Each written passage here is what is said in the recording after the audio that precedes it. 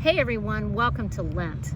If you observe the Lenten season but do not have a church home, I warmly invite you to get your ash in church this Wednesday at College Park Methodist. Today we're talking about breaking rules and crossing lines, particularly as it applies to Jesus and his interaction with the woman at the well. This again comes from a chapter from Into the Mess.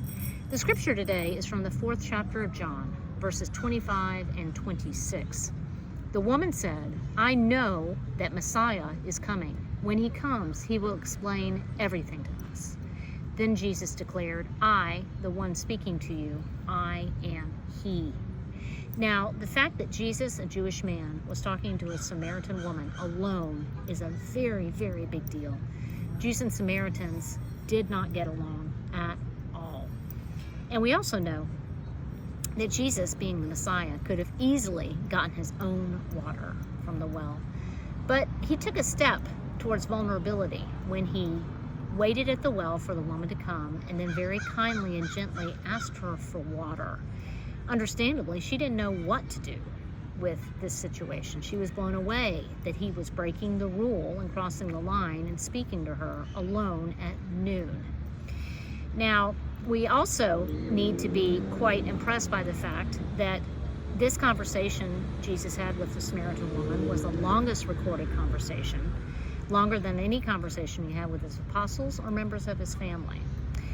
It's also quite impressive that Jesus knew ahead of time, because you know he had to have, that when he revealed himself as the Messiah, which is the first time he had revealed himself to someone other than his apostles, disciples, or people who were very close to him, he knew that she was going to go and do the marketing work for him. She was so blown away by the fact that he was who he said he was, that she ran and shouted it at the top of her lungs from the highest hilltop. And then many people in her town were brought to Jesus, courtesy of her marketing and her enthusiasm and her love for the Messiah. But the point of this is that he was willing to break boundaries, break rules, and cross lines to make that connection with her. And one of the observations that Debbie makes in this chapter is, what kind of boundaries has Jesus crossed to make a connection with us? You know, the woman at that time in society was considered the other.